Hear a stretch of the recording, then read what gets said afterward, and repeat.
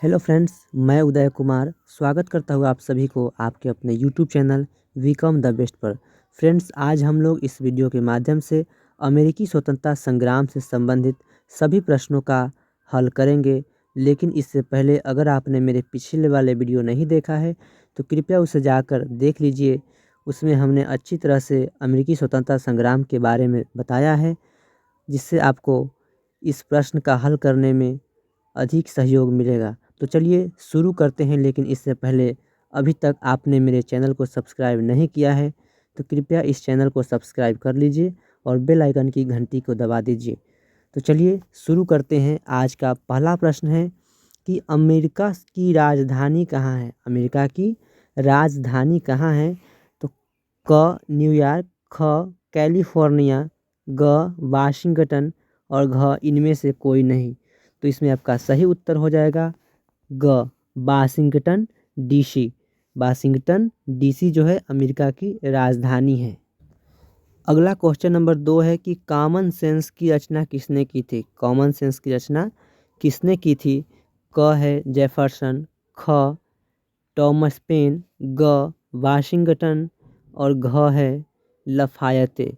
तो इसमें आपका सही उत्तर हो जाएगा ऑप्शन नंबर ख टॉमस पेन, जिन्होंने कॉमन सेंस की रचना की थी।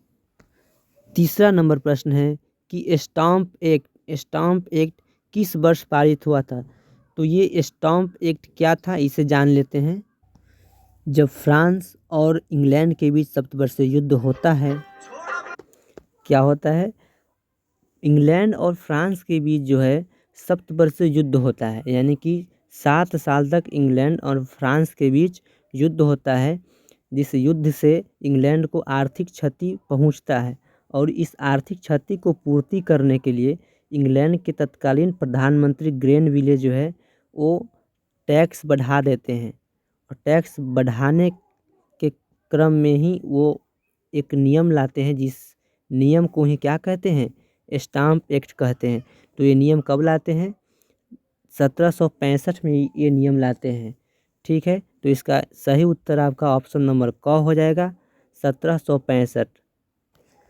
देखिए अगला प्रश्न है 4 नंबर कि अमेरिकी स्वतंत्रता संग्राम में अंग्रेजों का सेनापति कौन था। ए नंबर है वाशिंगटन, वी वेलेजली, सी यानी कि ग कार्नवालिस और घ जो है कर्जन। तो इसमें आपका सही उत्तर हो जाएगा कार्नवालिस। चलिए देखते हैं 5वां नंबर प्रश्न। अमेरिकी संविधान कब लागू हुआ। अमेरिकी संविधान कब लागू हुआ? क नंबर ऑप्शन है 1787, ख 1789, ग 1791 और घ है 1793। इसमें आपका सही उत्तर हो जाएगा ऑप्शन नंबर ख 1789। छठा नंबर प्रश्न है कि विश्व में प्रथम लिखित संविधान किस देश में लागू हुआ। इंग्लैंड में, फ्रांस में, अमेरिका में और स्पेन में। तो इसमें सही उत्तर हो जाएगा आपका ग नंबर ऑप्शन अमेरिका में। 7वां नंबर प्रश्न है कि किस संधि के द्वारा अमेरिकी स्वतंत्रता संग्राम को मान्यता मिली। क पेरिस की संधि, ख विला फ्रैंका की संधि, ग न्यूली की संधि और घ सेब्रे की संधि। तो आप जानते हैं कि पेरिस की संधि के द्वारा अमेरिका स्वतंत्रता संग्राम को मान्यता मिली। 8वां नंबर प्रश्न है कि अमेरिकी स्वतंत्रता में अमेरिका का सेनापति कौन था। ग्रेनविले, जेफरसन, लफायते एवं वाशिंगटन। तो इसमें आपका सही उत्तर हो जाएगा ऑप्शन नंबर घ वाशिंगटन। ऑप्शन नंबर घ वाशिंगटन। 9वां नंबर क्वेश्चन है कि अमेरिका के प्रथम राष्ट्रपति कौन थे। क जॉर्ज वाशिंगटन, ख अब्राहम लिंकन, ग रूजवेल्ट और घ अल गोर। तो इसमें आपका सही उत्तर हो जाएगा जॉर्ज वाशिंगटन, जो अमेरिका के प्रथम राष्ट्रपति थे। 10वां नंबर प्रश्न है कि सप्तवर्षीय युद्ध किन 2 देशों के बीच हुआ था। क ब्रिटेन अमेरिका, ख फ्रांस कनाडा, ग ब्रिटेन फ्रांस और ग अमेरिका कनाडा। तो आप जानते हैं कि सप्तवर्षीय युद्ध जो हुआ था वो ब्रिटेन और फ्रांस के बीच हुआ था। किनके बीच? ब्रिटेन और फ्रांस के बीच 1754 से 1763 के बीच हुआ था। 54 नहीं, 1756 से। कब से? 1756 से 1763 के बीच सप्तवर्षीय युद्ध ब्रिटेन एवं फ्रांस के बीच हुआ था, जिसमें फ्रांस जो है हार जाते हैं और ब्रिटेन जीत जाते हैं। ठीक है, देखिए इसमें रिक्त स्थान को पूर्ति करना है, जिसमें हमने पहले ही भर दिया है कि लेसेज फेयर का सिद्धांत किसने दिया था। तो लेसेज फेयर का सिद्धांत एडम स्मिथ ने दिया था। किसने दिया था? Adam Smith. लेसेज फेयर का मतलब मुक्त व्यापार का सिद्धांत। ठीक है, अगला प्रश्न है कि शक्ति के पृथक्करण का सिद्धांत किसने दिया था। तो ये मॉन्टेस्क्यू ने दिया था। किसने? मॉन्टेस्क्यू ने। ठीक है, तीसरा नंबर प्रश्न है कि सेनापति लफायते कहाँ का रहने वाला था। तो आप जानते हैं कि सेनापति लफायते जो थे ये फ्रांस के थे। इनके ही नेतृत्व में जो है फ्रांसीसी सेना ने अमेरिका स्वतंत्रता संग्राम में अमेरिका की मदद किया था। ठीक है, चौथा नंबर प्रश्न है कि जॉर्ज तृतीय इंग्लैंड का क्या था। तो जॉर्ज तृतीय जो थे वो इंग्लैंड के शासक थे। ठीक है, पांचवा नंबर प्रश्न है कि धर्मनिरपेक्ष राज्य की स्थापना सर्वप्रथम कहाँ हुई। तो अमेरिका में धर्मनिरपेक्ष राज्य की स्थापना अमेरिकी स्वतंत्रता संग्राम के बाद हुई। ठीक है, छठा नंबर क्वेश्चन है कि नई दुनिया यानी कि अमेरिका का पता किसने लगाया। तो ये कोलंबस ने लगाया था 1492 ईस्वी में। ठीक, सातवां नंबर प्रश्न है कि अमेरिका में अंग्रेजों के कितने उपनिवेश थे। तो अमेरिका में अंग्रेजों के कुल 13 उपनिवेश थे। ठीक है, उसके बाद आपका आठवां नंबर प्रश्न है कि सर्वप्रथम आधुनिक गणतंत्रात्मक शासन की स्थापना कहाँ हुई। तो सर्वप्रथम आधुनिक गणतंत्रात्मक शासन की स्थापना अमेरिका में हुई थी। कहाँ हुई थी? अमेरिका में। ठीक है, नौवां नंबर क्वेश्चन है कि अमेरिकी स्वतंत्रता संग्राम का तात्कालिक कारण क्या था। तो अमेरिकी स्वतंत्रता संग्राम का ऐसे तो कई कारण थे, लेकिन तात्कालिक कारण जो थी वो बोस्टन टी पार्टी थी। क्या थी? Boston T party. ठीक है, उसके बाद 10वां नंबर क्वेश्चन है कि राइट्स ऑफ मैन की रचना किसने किया। तो राइट्स ऑफ मैन का रचना जो किए थे वो थॉमस जेफरसन ने किए थे। किसने किए थे? Thomas Jefferson. उसके बाद ये सही और गलत का चुनाव करना है। ठीक है, पहला नंबर क्वेश्चन है कि जॉर्ज वाशिंगटन अमेरिका के प्रथम प्रधानमंत्री थे। तो जॉर्ज वाशिंगटन अमेरिका के प्रथम प्रधानमंत्री नहीं बल्कि अमेरिका के प्रथम राष्ट्रपति थे। तो इसलिए ये आपका गलत हो जाएगा। ठीक है, दूसरा नंबर प्रश्न है कि अमेरिका यूरोप महादेश में स्थित है। तो अमेरिका यूरोप महादेश में स्थित नहीं है। यह कौन सा महादेश में स्थित है? तो अमेरिका जो है उत्तरी अमेरिका नाम का एक महादेश है, जिसमें संयुक्त राज्य अमेरिका नाम का देश, जिसे हम अमेरिका कहते हैं, वो स्थित है। ठीक है, उसके बाद आपका है तीसरा नंबर प्रश्न कि अमेरिकी स्वतंत्रता संग्राम के दौरान स्वाधीनता के पुत्र एवं पुत्री नामक संगठन का निर्माण हुआ। तो हाँ, ये आपका सही उत्तर है। उसके बाद चौथा नंबर प्रश्न है कि अमेरिका की खोज कोलंबस ने नहीं किया था। तो ये आपका गलत हो जाएगा, क्योंकि अमेरिका का खोज कोलंबस ही किया था। और इसमें क्या कहता है कि अमेरिका की खोज कोलंबस ने नहीं किया था। तो ये कथन गलत हो जाएगा। ठीक है, चलिए पांचवा नंबर प्रश्न है कि अमेरिका स्वतंत्रता संग्राम में फ्रांस ने इंग्लैंड का साथ दिया था। तो ये आपका कथन गलत हो जाएगा, क्योंकि अमेरिकी स्वतंत्रता संग्राम में आपने जाना कि फ्रांस जो थे वो अमेरिका का साथ दिया था। किसका साथ दिया था? अमेरिका का साथ दिया था। ठीक है, छठा नंबर क्वेश्चन है कि अमेरिका स्वतंत्रता का घोषणा पत्र जेफरसन ने तैयार किया था। तो हाँ, अमेरिका स्वतंत्रता संग्राम का घोषणा पत्र जेफरसन ने तैयार किया था। सातवां नंबर प्रश्न है कि स्टाम्प एक्ट ग्रेनविले के समय पारित हुआ था। तो हाँ, स्टाम्प एक्ट जो ग्रेनविले ने ही पारित किए थे। ठीक है, 1765 ईस्वी में।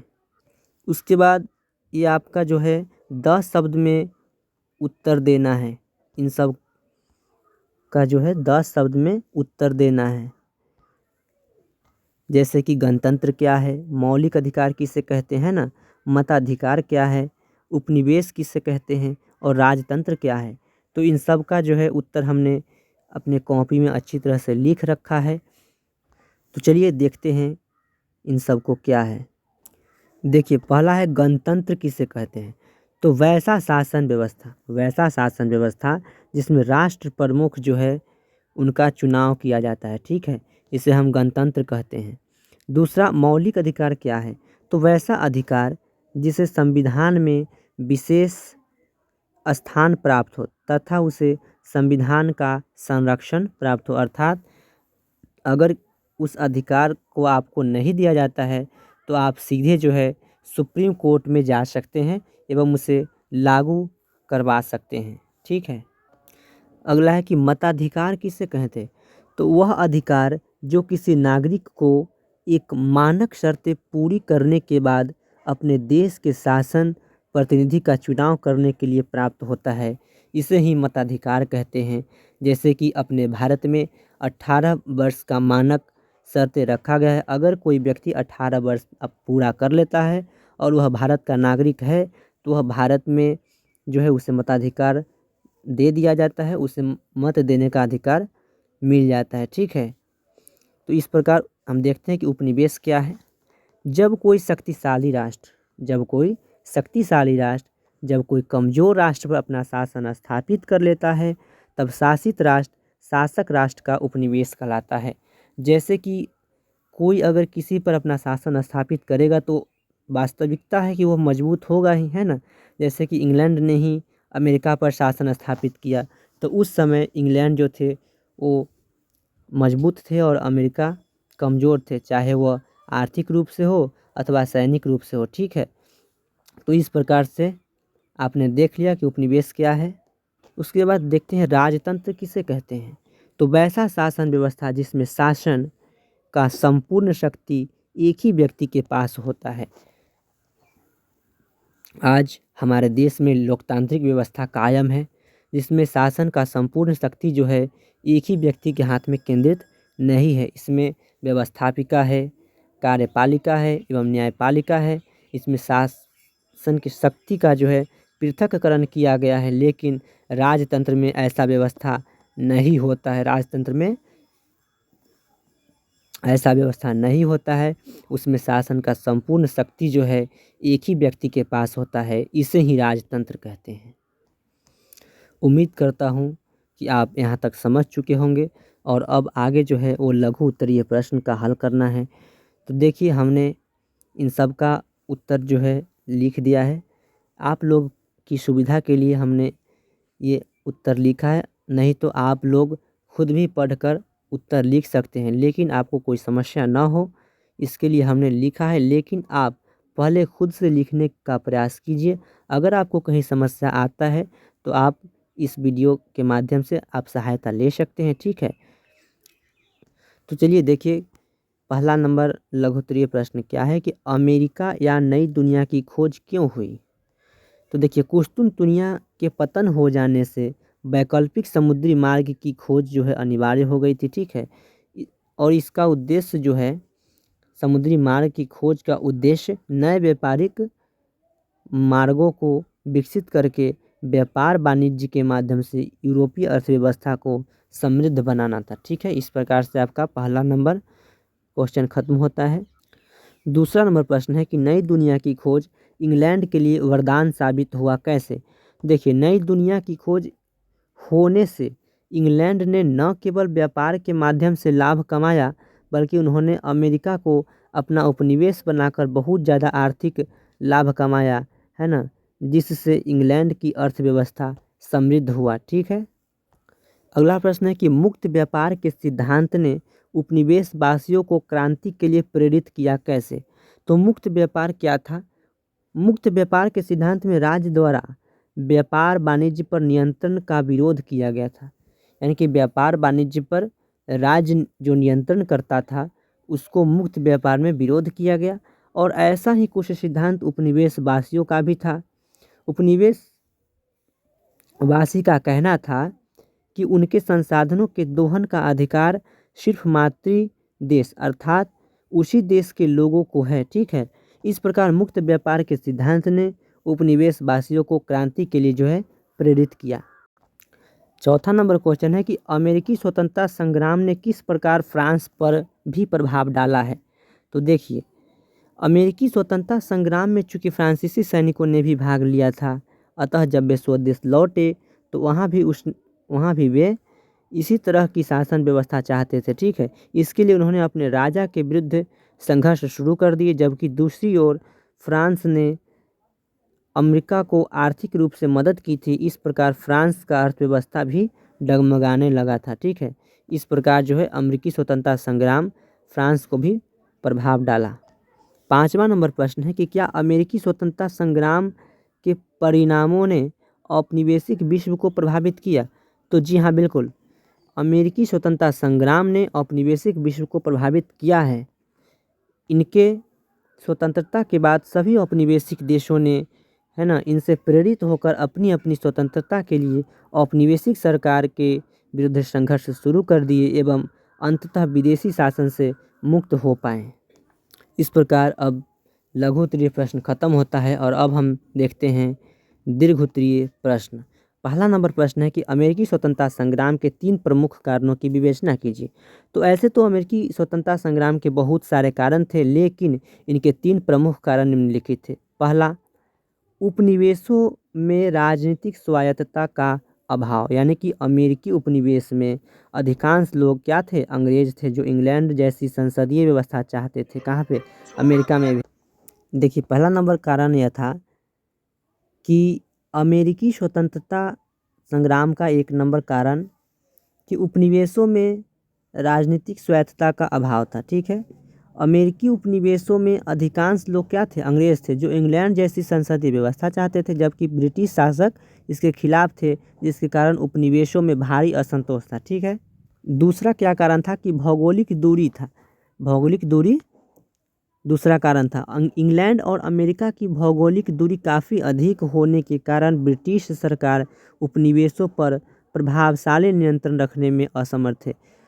अमेरिका और इंग्लैंड के बीच लगभग 3000 मील की दूरी था, यानी कि लगभग 4800 किलोमीटर की दूरी था, जिसके कारण जो है अमेरिकी उपनिवेश पर इंग्लैंड के सरकार नियंत्रण रख पाने में जो है असमर्थ है। ठीक है, तीसरा कारण था कि सप्तवर्षीय युद्ध का प्रभाव।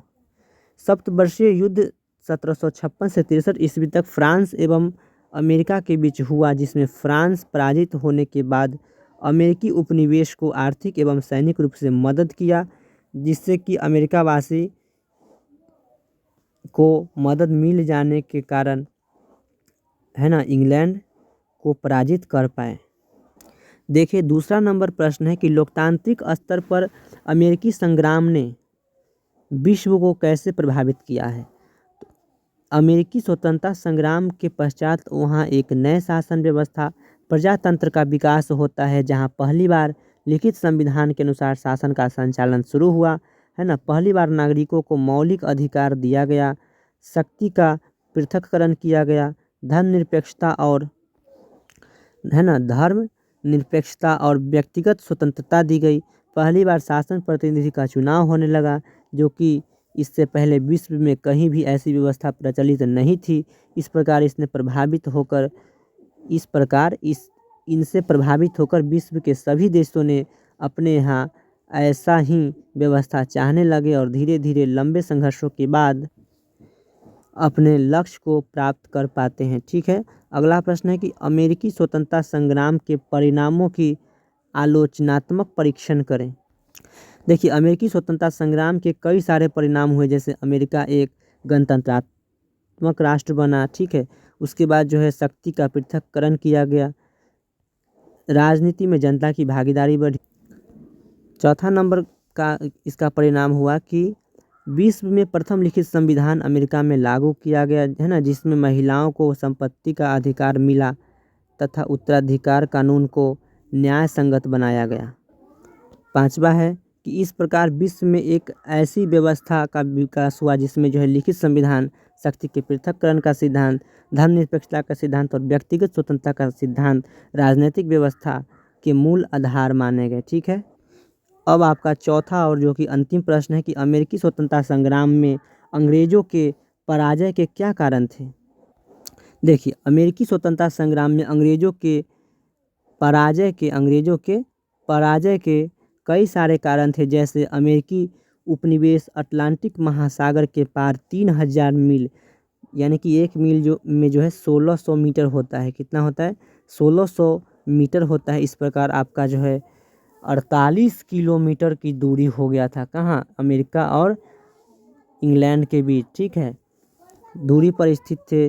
अतः वहाँ समय से रसद पहुँचने में कठिनाई होती कि कोई भी सामान अगर पहुँचाना होता था इंग्लैंड सरकार को, अंग्रेज़ सरकार को, तो उससे क्या होती थी, दूरी होने के कारण परेशानी होती थी। और दूसरी ओर अमेरिका की भौगोलिक स्थिति से भी अंग्रेज़ी सरकार परिचित नहीं थे, या अंग्रेज़ी सेना जो है परिचित नहीं थे अमेरिका की भौगोलिक स्थिति से, ठीक है। उसके बाद दूसरा कारण है कि अंग्रेज अमेरिका की शक्ति को नज़रअंदाज करते रहें एवं इसे गृह युद्ध समझते रहें। इंग्लैंड के पराजय के तीसरा कारण यह था कि अमेरिकी उपनिवेशों में एकता एवं उत्साह की कमी नहीं थी, यानी कि अमेरिका वासी में एकता एवं उत्साह बहुत अधिक थे, ठीक है, वो स्वतंत्रता के लिए कुछ भी करने को तैयार थे, ठीक। चौथा नंबर कारण है कि ब्रिटिश राजनेताओं में गंभीर मतभेद थे एवं जॉर्ज तृतीय की हठधर्मिता के कारण योग्य एवं अनुभवी नेता जो है सरकार से अलग रहे। इंग्लैंड के पराजय का पांचवा कारण है कि ब्रिटेन विदेशी सहायता से वंचित रहा, ठीक है, ब्रिटेन विदेशी सहायता से जो है वंचित रहा, जबकि अमेरिका को फ्रांस का सहयोग मिल गया, ठीक है। छठा कारण जो है वो है अमेरिका को जॉर्ज वाशिंगटन जैसा सुयोग्य नेता मिल गया, जिसने बड़े धैर्य, साहस एवं कुशलता के साथ अंग्रेजी सेना को पराजित किया। उम्मीद करता हूँ कि आप आज की इस क्लास से लाभान्वित हुए हो। तो अगर आपको यह वीडियो अच्छा लगा तो इस वीडियो को लाइक कर दीजिए और अपने दोस्तों के साथ शेयर कर दीजिए, ताकि उन्हें भी कुछ लाभ मिल सके, है ना। अगर आप मेरे चैनल पर नए हैं तो चैनल को सब्सक्राइब कर दीजिए और बेल आइकन की घंटी को दबा दीजिए। तो चलिए मिलेंगे फिर अगले वीडियो में, तब तक के लिए जय हिंद।